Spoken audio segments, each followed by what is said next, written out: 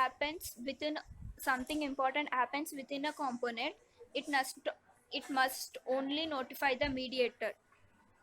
And when the mediator receives the notification, it can easily identify the sender, which might be just enough to decide what component should be triggered in return.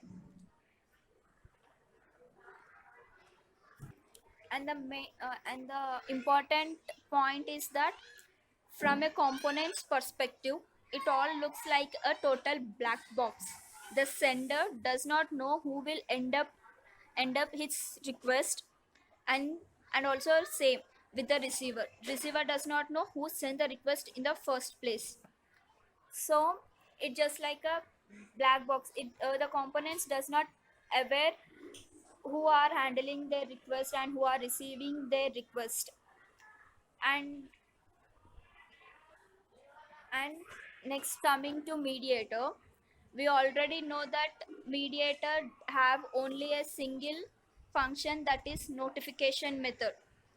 In that, when the mediator receives the notification, it can easily find out who which sender sent the request, and in turn it process it and function and performs the functions. And coming to concrete mediator encapsulates relation between the various components.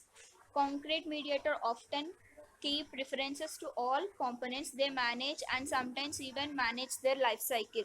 That means concrete mediator will maintain the list of notifications, and maintain the relationship between the other components.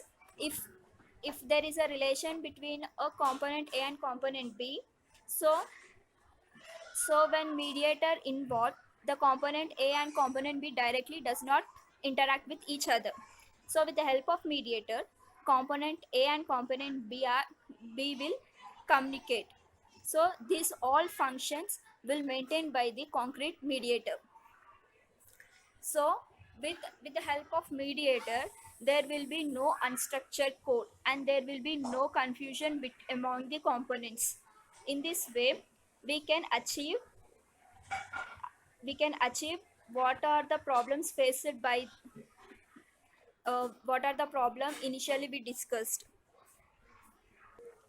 So coming to applicability, uh, applicability defines. Let us discuss applicability, where we have to use mediator design pattern.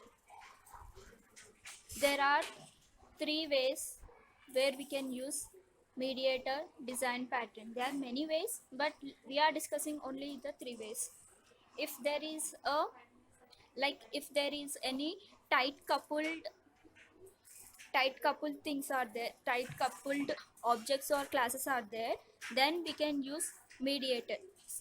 The main role of the mediator is, it mediator promotes loose couple. So because of loose couple we can reuse the components, objects or classes multiple times. And the next point is where we where if any source code, or if any component which may not be reusable in different program, then we use a mediator such that we make that component and that object as a reusable. And the third point is, if there is a creation of many subclasses. for for creating many subclasses, it consumes lot of space, and which may also results in unstructured code. So to avoid many subclasses, we use a mediator design pattern.